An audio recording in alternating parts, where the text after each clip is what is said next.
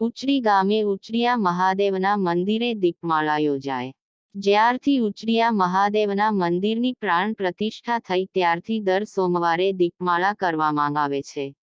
આજની દીપમાળા ઉંચડી ગામના શિવભક્ત એવા સરવૈયા ભૂપતભાઈ રામજીભાઈ અને તેમના પરિવાર દ્વારા મહાઆરતી ઉતારવામાં આવી અને શિવભક્તો ખૂબ મોટી સંખ્યામાં મહાદેવના સાનિધ્યમાં પધારે। હર હર મહાદેવ।